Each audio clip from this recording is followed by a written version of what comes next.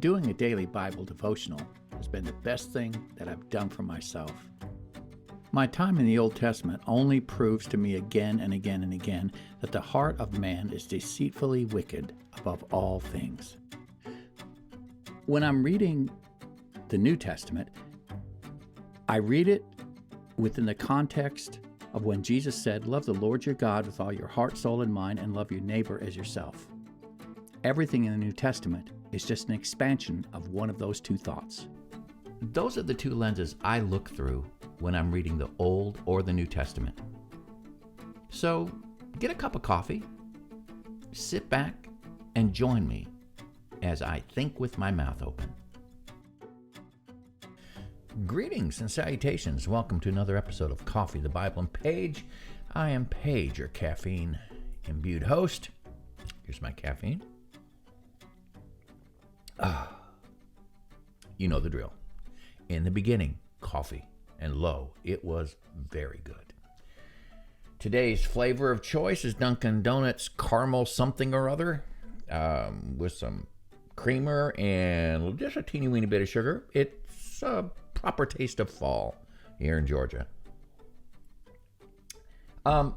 As usual, from time to time, I just remind you of what these devotionals are all about. This isn't about me developing a huge fan base. Besides, that's not happening.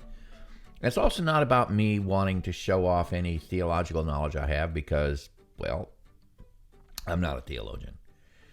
I am a bit of an academic. I do have some college degrees that say I'm an academic, but this isn't about that either. This is about something that started when I was first diagnosed with congestive heart failure about 2.5 years ago. And I was housebound for a few weeks while they were figuring things out. And then, of course, COVID hit, the pandemic hit. And then for about 2 years, I was, or at least a year and a half, I was pretty much housebound out of an abundance of caution because nobody knew really what was going on with COVID. And you hear, all this conflicting information about what was good and what wasn't and what was effective and what wasn't. My doctor, out of an abundance of caution, asked me to please stay home and not do much until they could figure all the stuff out, which I did. Well, pretty soon sleeping, lounging around, and eating becomes old. And I started looking for something to do. I had to pivot with my private lessons. I had to learn how to use technology to do virtual lessons via the internet. And then I took the next step. And in the process of learning this technology, I decided I would just start a podcast. And the podcast would just be me doing my Bible devotionals. And I just started doing it live via Facebook. And the things were too quirky with that. I couldn't, it was so many times the technology wasn't working. So I decided just to record it, audio and video, and post it to Spotify and to YouTube. Again, the only purpose really was to learn the technology involved and to find the right setup, combination of gear to do all these things. I didn't set out to do these devotionals for any super spiritual reason. Didn't feel called of God to do it necessarily. It was just something I was using as a vehicle to learn the technology. But something very strange started happening. My life started changing. The quality of my life started changing as I started going through these devotionals. And what started out as purely an exercise and a vehicle to learn technology started to become a bit more of a passion for me. And I would wake up early, sometimes 4:30 in the morning, to get to the next chapter because I couldn't wait to see what was going to happen. Because here, what I did was initially, and I'm pretty much still doing it this way, I'd get up, read through the chapter, and then muse, talk to myself, mutter to myself, because that's Psalms 1. Blessed is the man who delights in the law of the Lord, and in his law he meditates day and night. That means talk to yourself. So I would read a passage or a chapter, and I would just talk to myself, stream of consciousness type thing about whatever came into my mind relating to whatever I was reading. And I just started seeing and hearing God's word as if it were for the first time. So what you're seeing is me talking to myself. I'm not presenting any super duper theological truths for your edification. If you get any edification out of it, I'm totally cool with that. I'm honored. But this is just me seeking God. And I am excited every morning to get up to do one of these because I, generally speaking, don't do any research the night before. I'll get up in the morning. My routine is I'll go get my coffee and I'll read through the chapter, and then I use a Zondervan commentary and a Reformed Bible, and just to look and get some notes from that, and then I'll insert those notes, and you're going to see them in blue or green or red rather, and then I just read through it and see what comes out of it for me. Always asking myself two things. Is there something here to learn about me that I can apply to my life? Is there something I can in here to learn about God? That's why I do this. So, having said that, again, here's my coffee. Let's get started. We're in chapter 25 of 1 Samuel. Saul has finally admitted to David that he understands that David is going to be king. Yet Saul doesn't give up his throne. He knows that God has told him his kingdom is over. And he knows that David's going to be king. But Saul has, in his moment of lucidity, because see, Saul's losing his mind.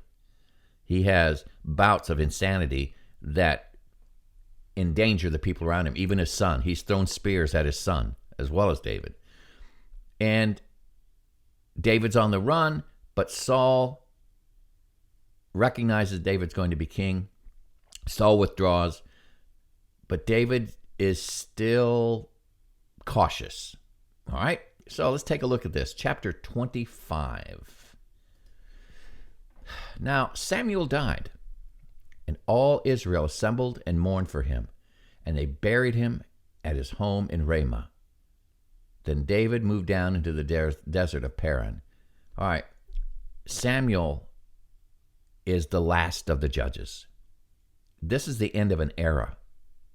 Samuel was the prophet/judge that moved Israel from being ruled by judges to the monarchy. This was a big, big, big deal. Samuel was very important. Now, a certain man in Moab who had property there at Carmel was very wealthy. He had 1,000 goats, 3,000 sheep, which he was shearing in Carmel. His name was Nabal, and his wife's name was Abigail. She was an intelligent and beautiful woman, but her husband was surly and mean in his dealings. He was a Calebite. The contrast, this is from my commentary, the contrast between Nabal, meaning fool, and his wife Abigail, meaning my divine father is joy, could scarcely be more stark. Not only beautiful, Abigail was also intelligent. Nabal, however, was mean, and thus a polarity between good and evil is shown here in this picture. Together, they underscore one of the main themes of this story. Good brings its own reward, while evil recoils on the head of the wicked. While David was in the wilderness, he heard that Nabal was shearing sheep.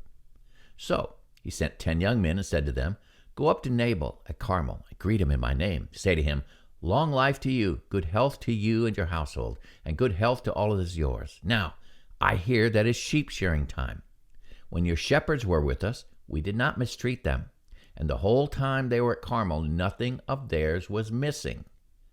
Ask your own servants, and they'll tell you. Therefore, be favorable toward my men, since we come at a festive time. Please give your servants and your son David whatever you can find for them.' And when David's men arrived, they gave Nabal this message, David's name. Then they waited.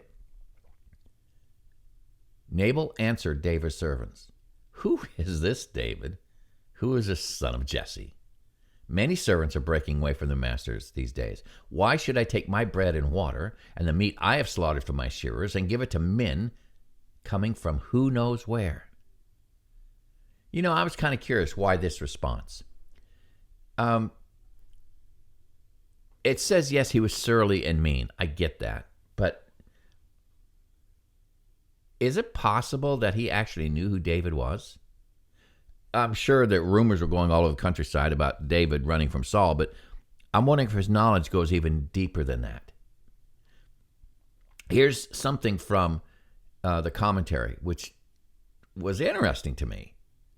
And this provides a backdrop for perhaps Nabal's response to David.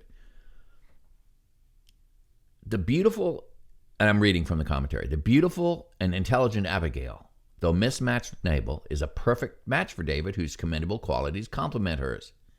In all respects, she's David's equal. Now, this has to do with Nabal, so hang with me here. In fact, it's possible that she could be one of David's half-sisters. The only other Abigail mentioned in the Bible is the daughter of Jesse and another woman. David was a son of Jesse. Abigail, therefore, would have been his half-sister, which would have made it possible for him to marry her, as he does later. And we find in 2 Samuel and 1 Chronicles that she was married to a man named Jether, which could have been Nabal, his real name. It's possible that Nabal knew who David was through his wife Abigail. And I don't know if he looked down on Abigail's family. I don't know if he looked down on David for walking away from being the son-in-law to Saul. I don't know if he was so in love with money that he couldn't understand someone who wasn't. I don't know. But there's a very big possibility that Abigail was a relation of David, which would also explain why David was taking care of him, why David was taking care of that family. This might also explain Abigail's quick response to what's about to happen. All right, Nabal has been very rude, and Abigail jumps into the mix. So let's go on with this. Verse 12. David's men turned around and went back, and when they arrived, they reported every word, and David said to his men, "Each of you strap on your sword." So they did. David strapped his on as well. About 400 men went with David, while 200 stayed with the supplies. And one of the servants told Abigail, Nabal's wife, "David sent messengers from the wilderness to give our master his greetings, but he hurled insults at them." Now, the Hebrew word translated hurled means to shriek or to fly at something, closely related to the Hebrew noun for birds of prey. In other words, it's like he pounced upon David's emissaries. He screamed at them. He belittled them. He just didn't say no. Basically, he created a scene. David's men goes on. "Yet these men were good, very good to us. They didn't mistreat us." He's talking about David's soldiers. "And the whole time we were out in the fields near them, nothing was missing. Night and day they wore a wall around us the whole time we were herding our sheep near them." Now, I've read elsewhere in the Old Testament coming up to this, the Philistines would choose sheep shearing time and harvest time to raid, to attack, to plunder. So David's small army providing protection was a big deal. Plus, if Abigail was indeed related to David, this would explain why David was protecting her family's holdings as opposed to any of the other families around that had sheep or had harvest to harvest. I kind of think Abigail and David were related, and that David, therefore, was protecting his sister, his half-sister, is what she might be. Now, think it over and see what you can do, because disaster is hanging over our master and his whole household. He's such a wicked man that no one can talk to him. Now, it's amazing to me that the servants, and apparently, could speak like this to Abigail, the wife of the husband. That tells you how cruel and mean Nabal was. Abigail acted quickly. She took 200 loaves of bread, 2 skins of wine, 5 dressed sheep, 5 seahs of roasted grain, 100 cakes of raisins, and 200 cakes of pressed figs, and loaded them on donkeys. She told her servants, "Go on ahead. I'll follow you." But she did not tell her husband, Nabal. As she came riding her donkey into a mountain ravine, there were David and his men descending towards her, and she met them. David had just said, "It's useless. All my watching over this fellow's property in the wilderness, so nothing of his was missing. He has paid me back evil for good. May God deal with David, be it ever so severely, if by morning I leave one male alive of all who belong to him." David was getting ready to go down and slaughter Nabal and all his men. He was on his way, and it was going to happen before the next morning. When Abigail saw David, she quickly got off her donkey and bowed down before David with her face to the ground. She fell at his feet and said, "Pardon your servant, my lord, and let me speak to you. Hear what your servant has to say. Please pay no attention, my lord, to that wicked man Nabal. He's just like his name. His name means fool, and folly goes with him. And as for me, your servant, I did not see the men my lord sent. And now, my lord, as surely as the Lord your God lives, and as you live, since the Lord has kept you from bloodshed and from avenging yourself with your own hands, may your enemies and all who are intent on harming my lord be like Nabal. And let this gift which your servant has brought to my lord be given to the men who follow you. Please forgive your servant's presumption. The Lord your God will certainly make a lasting dynasty for my lord, because you fight the Lord's battles. And no wrongdoing will be found in you as long as you live. Even though someone is pursuing you to take your life, the life of my Lord will be bound securely in the bundle of the living by the Lord your God, but the lives of your enemies he will hurl away as from the pocket of a sling." All right. Abigail's words hint at the difference between David's proper military role and the personal vendetta he's now pursuing. And this statement is really, really, really important. I want you to listen to this. Righteous engagement in conflict means standing boldly for God and leaving personal injuries to be dealt with by the Lord. In the pursuit of presenting the gospel, in the pursuit of standing boldly for a godly principle that the world is coming at you for, that's one thing. But to target those who are personally injuring you or seeking to injure you, like David here, this is going to be a vendetta against Nabal. This wasn't his righteous battle for Israel with Saul. He was allowing God to take care of Saul. Abigail is saying, you need to let God take care of this personal insult to you. I thought that was important.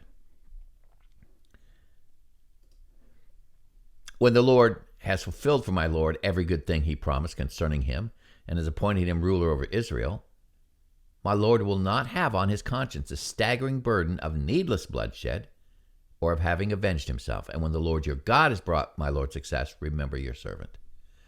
Interesting point here. Abigail knows that David's going to become king of Israel. She's talking like it's already a done deal. How would she know that? The simplest answer would be this. She was there when Samuel anointed David as the future king of Israel. And when you add in all the evidence we find in 1 Chronicles and elsewhere, like we saw above, she is probably his half-sister. So that explains, first of all, Nabal's response to David as being so over-the-top mean-spirited. It's like he held maybe David's family in disdain, which would be why his wife was so quick to acknowledge his foolishness and his anger and his stupidity, because he probably treated her the same way. She was Jesse's daughter. He probably had no respect for Jesse. Now, this is me thinking with my mouth open. But I can see where he treated Abigail poorly, and all her family poorly, and he would have utter disdain for someone like David, who was a son-in-law to the king, and yet was still so foolish as to defy the king. I mean, I'm speaking in Nabal's behalf. And also explain why she was so quick to get to David, to give his men supplies. I really think they were related. All right, back to David. David said to Abigail, "Praise be to the Lord, the God of Israel, who sent you today to meet me. May you be blessed for your good judgment and for keeping me from bloodshed this day and from avenging myself with my own hands." Again, within 24 hours, it was David's plan that Nabal and all his men would be killed. This is important. "Otherwise, as surely as the Lord, the God of Israel lives, who has kept me from harming you, if you had not come quickly to meet me, not one male belonging to Nabal would have been left alive by daybreak." Then David accepted from her hand what she'd brought him and said, "Go home in peace. I've heard your words and granted your request." Now, when Abigail went to Nabal, he was in the house holding a banquet like that of a king. He was in high spirits and very drunk, so she told him nothing at all until daybreak. Then in the morning, when Nabal was sober, his wife told him all these things, and his heart failed him, and he became like a stone. All right. I don't know if this was a medical condition that happened, but I will say this. He wakes up the next morning after a night of partying, and she explains to him what happened, her discussion with David, and he realizes that if his wife had not intervened, he and all the men in his whole family would be lying dead at that moment. When that realization hit, I can imagine that was huge. If Abigail had not intervened, he and all his house would be slaughtered the previous night while they were celebrating. And when she approaches him with this information, he realizes that he had come this close to not waking up. And then we read about 10 days later, the Lord struck Nabal and he died. God fought David's battle. God took care of Nabal, David's personal enemy. Now, when David heard that Nabal was dead, he said, "Praise be to the Lord who has upheld my cause." Again, this is God's sovereignty at work here. David was reminded by Abigail to let God fight his battles for him. And God did. "Praise be to the Lord who has upheld my cause against Nabal for treating me with contempt. He has kept his servant from doing wrong and has brought Nabal's wrongdoing down on his own head." Then David sent word to Abigail asking her to become his wife. He's going to take care of her. Now, she was his half-sister, which was legal to marry in that culture. So servants went to Carmel and said to Abigail, "David has sent us to you to take you to become his wife." She bowed down with her face to the ground and said, "I am your servant, and I'm ready to serve you and wash the feet of my Lord's servants." This is a woman, a godly woman of humility. Abigail quickly got on a donkey and, attended by her 5 female servants, went with David's messengers and became his wife. Now, David had also married Ahinoam of Jezreel, and they both were his wives. But Saul had given his daughter Michal, David's wife, to Paltiel, son of Laish, who is from Galim. So David, at this moment, had 3 wives. One had been given away. Michal had been given away. He married Abigail and Ahinoam. There's some question about who Ahinoam was. There is an Ahinoam mentioned as a wife of Saul, believe it or not. I'm not sure what to make of that, and I don't understand all of that. But all that aside, I'm reminded once again that God will fight our battles. Paul says in Ephesians, our struggle is not against flesh and blood, but against the prince and powers of the air, the demonic forces that would come after us. Paul tells us that we do not fight people. We're fighting spiritual battles against spiritual forces. That's kind of what's happening here. David is reminded that, yes, he's in a struggle. He's going to become king of Israel, and the king of Israel, current king, wants to kill him, but that he's supposed to let God deal with Saul. He started to take matters into his own hand to deal with Nabal because Nabal insulted him huge. And not only, you stop and think about this again, if Abigail was indeed related to David, then David's anger could also be based on the fact that the way Nabal is treating his family, Abigail. So he is going to take care of business. But Abigail reminded him, look, God fights your battles. Let God deal with Nabal. So I'm encouraged in the fact that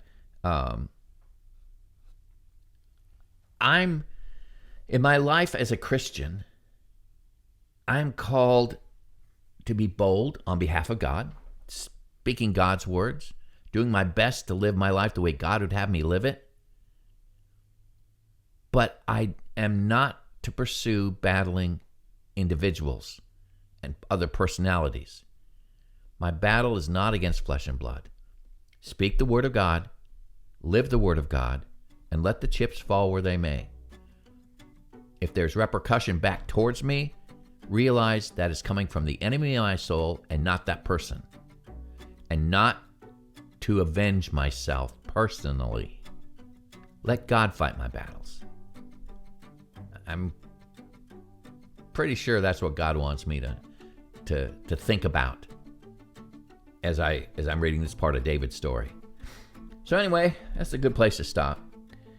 Thank you so much for listening. And if, as usual, if you have any questions or any comments, email me, ffog@me.com, or you can post in the comment section of the YouTube video or the Facebook page.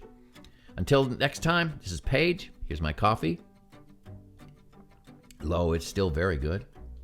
I'm out of here. Have a great day. Bye-bye. So, what did you think about today's Bible devotional? Email me and let me know your thoughts at ffog@me.com.